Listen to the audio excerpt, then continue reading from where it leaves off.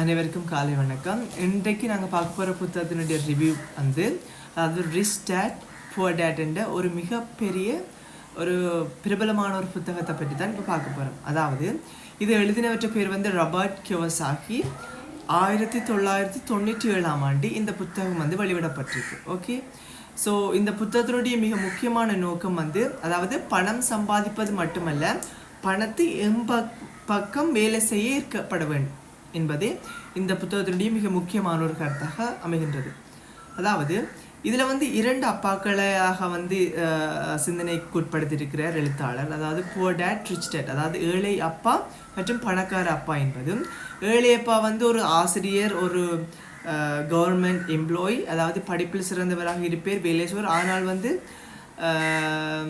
ஒரு சுமூகமான ஒரு வாழ்க்கையை மேற்கொண்டு வருவார். ஆனால் ரிச் டேட் என்பவர் எப்படி அவர் வரவிலக்கணம் செய்கிறார்னா, அதாவது பணக்காரப்பா வந்து அவர் பள்ளிக்கூடத்தில் வந்து அவ்வளோத்துக்கு படிச்சிருக்க மாட்டார், அதாவது வியாபாரத்தில் வந்து நிபுணராக இருப்பார். அவர் வந்து முதலீடுகளில் வந்து கவனத்தை செலுத்துபவராக இருப்பவராகவும் அவர் இதில் வந்து வர்ணிச்சிருக்கிறார். அதாவது நாங்கள் வந்து பணத்துக்காக வேலை செய்யக்கூடாது, எங்களுக்காக பணம் வேலை செய்யப்பட வேண்டும் என்றதே மிக முக்கியமான ஒரு கருத்தாக இந்த புத்தகத்தில் இருக்குது. அதாவது வழக்கமாக நாம் சம்பளத்திற்காக வேலை செய்கிறோம், ஆனால் பணக்காரர்கள் ஒரு முறையும் நேரத்தை பணத்திற்காக விற்கிறதில்லை என்பதும், அவர்கள் மூலதனங்களை உருவாக்கி அது வழியாக வந்து சுயமாக வருமானம் பெறுகிறார்கள். அதாவது அவர்கள் வந்து வேலைக்கு போகாட்டியும் வந்து தொடர்ச்சியாக வந்து அவர்களுக்கு சம்பளம் வந்து கொண்டே இருக்கும், அதாவது பணம் வந்து கொண்டே இருக்கும் என்றது தான் அவருடைய மிக முக்கியமான ஒரு கருத்தாக அமைகின்றது. அதாவது அவர் எப்படி அந்த மூலதனத்தை பணத்தை பெருக்கிக் கொள்வார் என்றால், அதாவது நிலத்துடன் கூடிய வீடுகள், அவற்றை வந்து வாடகை கொள்வது, ஜூட்டி மற்றது பிஸ்னஸ் போன்றவற்றை மூலமாக வந்து இப்போ அவர் வந்து ஒரு வேலைக்கு போகாட்டியும் வந்து அவருக்கு வந்து நார்மலாகவே ஒரு பணம் இறங்கி கொண்டே இருக்கும். ஸோ இதுதான் வந்து அவர் ரிச் டேட்டாக வந்து உருவாக்கிறார்.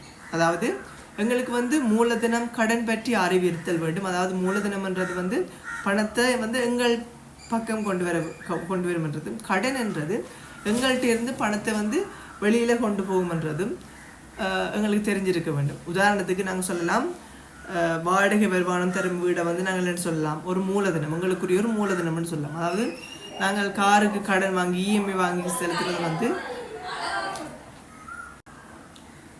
எங்களுக்கு கடன் என்று சொல்லலாம். சரிதானே?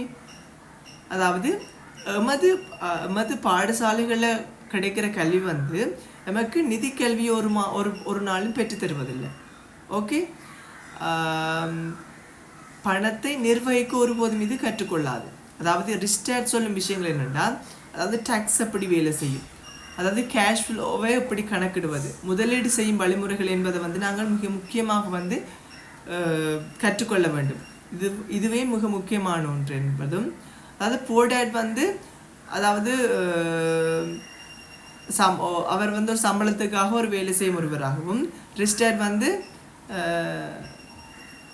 உங்களுக்கு தெரியும் மூலதனம், அதுகளை வந்து மூலதனம் மூலமாக பணத்தை சம்பாதிக்கும் ஒரு நபராகவும் இந்த புத்தகத்தில் வந்து கருதப்படுகின்றது. அதாவது இவர்கள் வந்து விற்பனை, தொழில்முறை தொடர்புகள், முதலீட்டு திறன்கள் மற்றும் சந்தை, அதாவது மார்க்கெட் அண்டர்ஸ்டாண்டிங் என்பவற்றை வந்து வளர்த்து கொள்வார்கள் என்றதும் இதில் சொல்லியிருக்கிறார். அதாவது பயம், சோம்பல், சந்தேகம் என்பவை பணக்காரர் ஆவதை வந்து தடுக்கின்ற 3 எதிரிகளாக இதில் வர்ணிக்கப்படுகின்றது.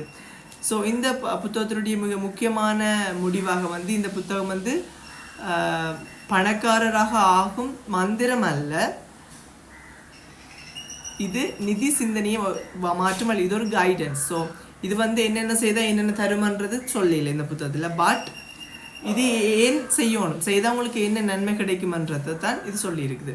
ஸோ இந்த புத்தகத்தினுடைய மிக முக்கியமான ஒன்று வந்து சில விஷயங்கள் வந்து ரிப்பீட்டடாக இந்த விஷயங்கள் தருவதும், எக்ஸ்பிளைன், அதாவது ஒன்றை பற்றின எக்ஸ்பிளனேஷன்ஸ் வந்து அதில் இந்த புத்தகத்தில் வந்து குறைவாக இருக்கிறது தான் இந்த புத்தகத்தினுடைய ஒரு லிமிட்டேஷன்ஸ்ன்னு சொல்லலாம். பட் இதில் வந்து ஈஸியாக வந்து லேர்ன் பண்ணலாம் ஒரு பிகினர்ஸ் வந்து இந்த புத்தகத்தின் மூலமாக.